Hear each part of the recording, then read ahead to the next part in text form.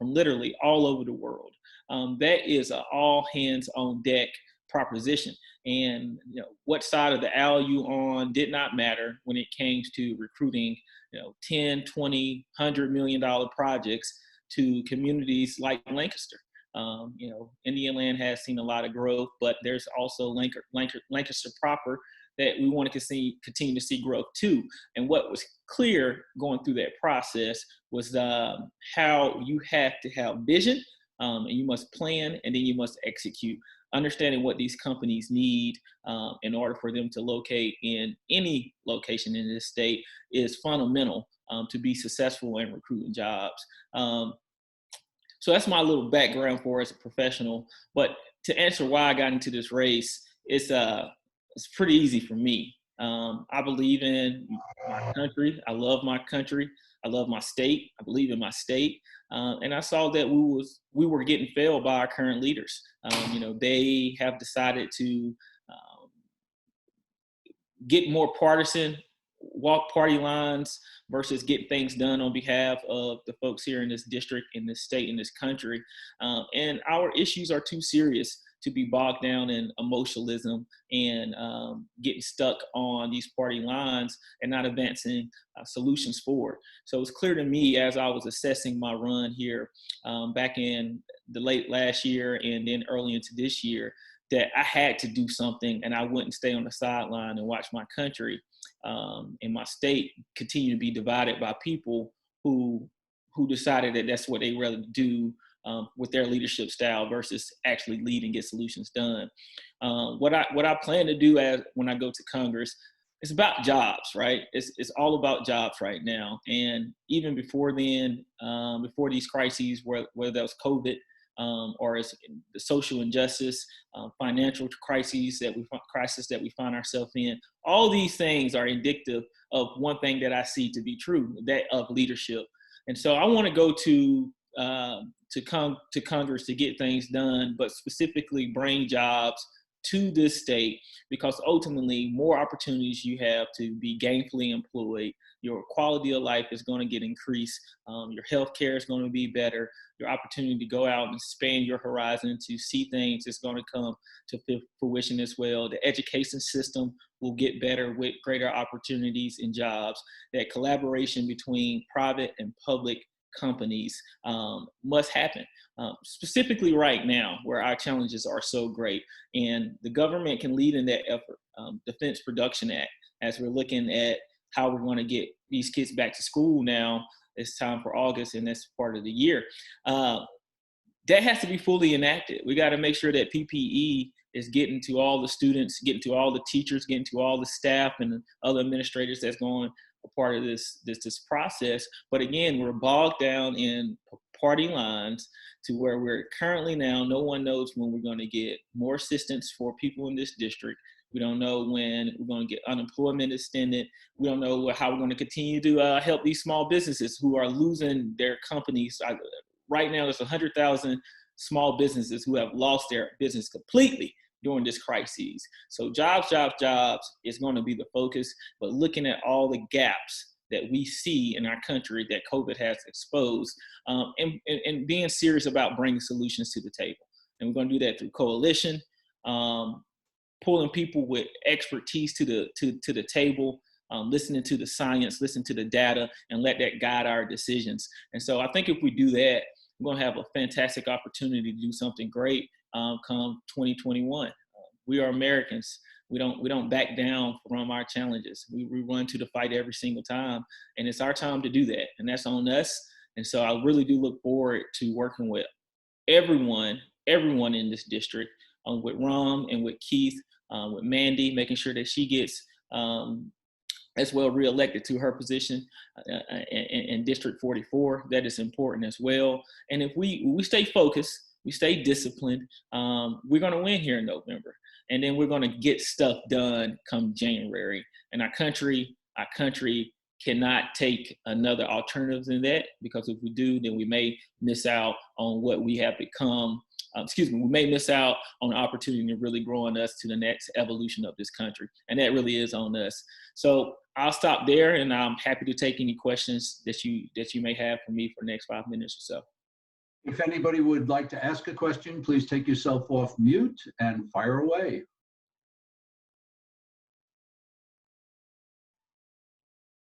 All right, you're getting away with a free pass. It's like a get out of jail card, Mo. So you didn't get any questions, and we know you got to run. So unless there's a final word, you can run offline, and then we can move on to our other two candidates. Anything final before you leave us? Yeah, I just want to really say that Keith Rum, Lancaster County Democratic Party, y'all have been fantastic with helping me in my run for Congress. But this really is team ball here, and everything I can do to assist with you in your run. We got to have good people, good, decent people who are really concerned with helping folks. And if we do that over and over and over again, we're going to have a real shot of getting this right this time. And Ron and Keith are both cut from that mold. They're in it for the right reason. Neither one of them have to be doing this, but they're feeling led and called to do this for our country, do this for Lancaster, do this for the 5th District.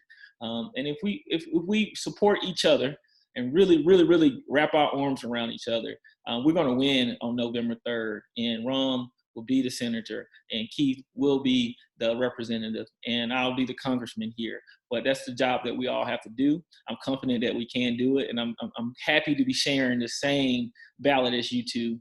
And let's keep moving forward. Thank you, Mo. I guess you're off to your next Zoom meeting. Have a safe trip. I appreciate that, Joel. Y'all take care. Thank you. Okay, our next presenter yesterday got a boost because this presenter, his last name is Mamadov, and as our vice presidential candidate is referred to by her family, she's Mama Love, a Mama La. So we now have a Mama Dove and a Mama La running on the Democratic slate. So I'm going to turn this over to Ram Mamadov, who's the Senate district candidate from Lancaster's primary district. He covers basically from the city on up through the Panhandle to the North Carolina border and over through, I consider it an icicle, over through a little piece of Fort Mill and into TPK. Ram, it's all yours for your brief bio and why you're doing this, and then we might have a question or two. Absolutely. Thank you very much, Joel. And Mo left, unfortunately, but as he said, it's a teamwork, and we're going to do it together, working as a team. Good afternoon, everyone. Thank you all for joining our meeting. I'm Ram Mamadov, and I'm running for Lancaster County's only true Senate seat. Now, you can tell I'm not originally from around here. Obviously, my accent gives it away. It would be easy to say I'm from Michigan when I went to Michigan State University and have a degree in political science and international relations. My wife and I, we chose to make South Carolina our home long time ago. We live and raise our children here in Indian land. I pay my real estate taxes to Lancaster County. My school taxes go to Lancaster County. My kids go to Lancaster County schools. The roads in front of my home are maintained by Lancaster County. I am a resident of Lancaster County. Despite the size of this county, there's only one Senate seat for my county, and a resident must fill that seat. Our community needs representation from a stakeholder, not a person who retreats to a different county, not a person who is miles away from the heart of our needs, not a person whose tax dollars do not go to the district he represents. But more than that, the primary reason I should be the voter's choice is the current state of our state. Out of the 50 states, we are ranked 50th in the worst roads. We are ranked 47 in voter rights and safety. Are you okay with that? Out of 50 states, we are ranked 42nd in internet access. We are ranked 41st in healthcare outcomes. Are you okay with that? Out of 50 states, we are ranked 50th in states for infant mortality. We are ranked 46th in crime. Are you okay with that? Now, I can continue to present the shameful state of the state, but I think you get the picture. And if your answer is no, you're not okay with that, then we need to question how we got here. It is clear we got here under decades of Republican mismanagement. Republicans made all of the decisions. You can look at all the voting records, at everything we have done and not done, and see the Republicans are now, and for decades, have been in full control. The Republicans have failed. I know we can do better, and we will do better for all of us. My priorities for this county put us on the top in the quality of education. As we grow exponentially, we must make sure it is intelligent, well-planned growth that improves the quality of life for everyone and increases every community member's share. If I'm elected, I commit to putting South Carolina in the top 10 of all states in every quality of life category. I promise I will do better for you, for my children, for your children, for all of us. Thank you. I'll take any questions if there's any. If no one has a question at this time, we can turn it over to Keith to make his remarks, and then we again can open it up to questions, reminding any of our people who are joining us that you will get media kits. And if you go into the chat box and write your email address, I'll be sure that it concurs with what we have. So Keith, there are people who probably know you from being chair of the Democratic Party here in Lancaster, but now you are talking to us as a candidate. It's your microphone. Thank you. Good afternoon. And I appreciate this opportunity to present my side of things and my background. I like to particularly share my background because of my life experiences have had a lot to do with shaping who I am and what I would like to accomplish. After high school, I worked my way through the University of South Florida while supporting a family. However, my career from 1972 to 90 was in the sheet metal trades, both as an employee and as an employer with my own shop. And finally, the last step in that career was as the Union Apprentice Training Director. Through self-training and a lot of curiosity, I became a proficient database developer. And in 1991, I changed careers, becoming a database developer.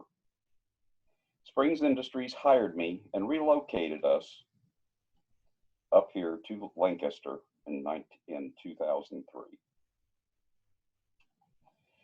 Since moving here, I've been active in a number of community organizations and have really enjoyed the opportunity to give back to this community that has been so welcoming and so warm. In 2012, I became involved in the Lancaster Democratic Party and was a volunteer coordinator for Senator Sanders' 2016 campaign. In 2016, the county party elected me chair and re-elected me twice. I've also been active in several statewide progressive groups. And this month, I'm honored to be a delegate pledged to Senator Bernie Sanders to the Democratic National Convention. And my primary motivations for to run for this office at this time stem from our blended families having 7 children, 15 grandchildren, and 2 great-grandchildren. I wish to leave them one, the same opportunities to excel and achieve that I had in the mid-20th century. And 2, a planet that's not going to wipe them out by the end of the 21st century. Additionally, I've become increasingly aware of the systemic racism in our country. I want every American child, no matter the color of the skin or the manner they arrived here, to have the same opportunities as my children, grandchildren, and great-grandchildren. Now, the state of the state, as Raman already has touched on, is horrible. In healthcare, we are ranked 49th in the cost, meaning we are just about the most expensive state for anyone to get health care. And the access to health care is ranked at about 32nd out of 50. Are you okay with that? The Affordable Care Act passed 10 years ago. Every General Assembly, Republican controlled, and every governor, Republican, since then has purposely failed to expand Medicaid. They told us the state couldn't afford it, while trumpeting $2 billion annual state surpluses. They told us it would kill health delivery, while rural hospitals get shuttered and Prisma Health snaps up every hospital it can and then lays off staff. Progressive health care reform would mean Medicaid expansion, legalized medical cannabis, develop and fund community preventive medicine programs. In education, the record's just as bad. We're ranked 44th in the least educated population. I mean, even if we add the jobs, our people aren't getting the skills. We're ranked 42nd in the starting salary for teachers. The best quality can't afford to move here and teach. Are you okay with that? Progressive educational reform means providing equitable, sustainable financing of public education to raise us at least to 25th in the nation.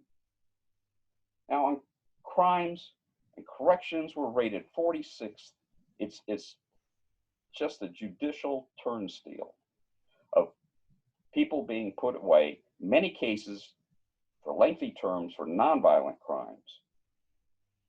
And the record for murders of women by men is horrendous. This is 5th in the nation. Are you okay with this? Progressive justice reform would change the method, just completely clean up the cash bail bonding system. It would end qualified immunity from civil suit for brutality. It would demilitarize the police. It would decriminalize the use of cannabis, and it would enforce red flag laws. A friend remarked to me that political representatives should not be like thermometers, merely registering the existing conditions. They should be thermostats, directing changes for the benefit of the people. If you're not okay with the state of our state, then please elect me and Raman and Mo and Jamie so we can turn up the heat on those who are holding back this great state and its people, trying to hold it back into the 50s. And from some of the legislations I've seen passed by the Republicans, that's the 1850s. Thank you. Well, we don't want to keep two valuable members of the press, and we thank the Herald and the Lancaster News for joining us. But if either of the two of you have any questions, it's a great time to stimulate a quick conversation. If not, then it may be lunchtime or dinner time, but we'll be signing off. Again, remembering you have given us your email, and I will be sending you out press materials. Any questions for Keith or Ram? In that case, Keith, you want to say goodbye? And then Ram, you could say goodbye, and then we can all have a lovely day in captivity.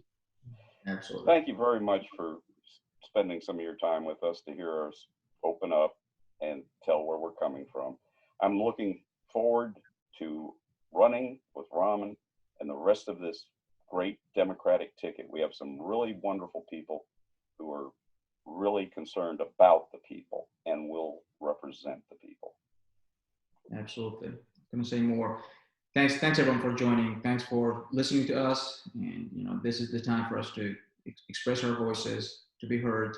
But we'll be having press conferences in the future more often. So expect some invitations from us between now and election day. But thanks again.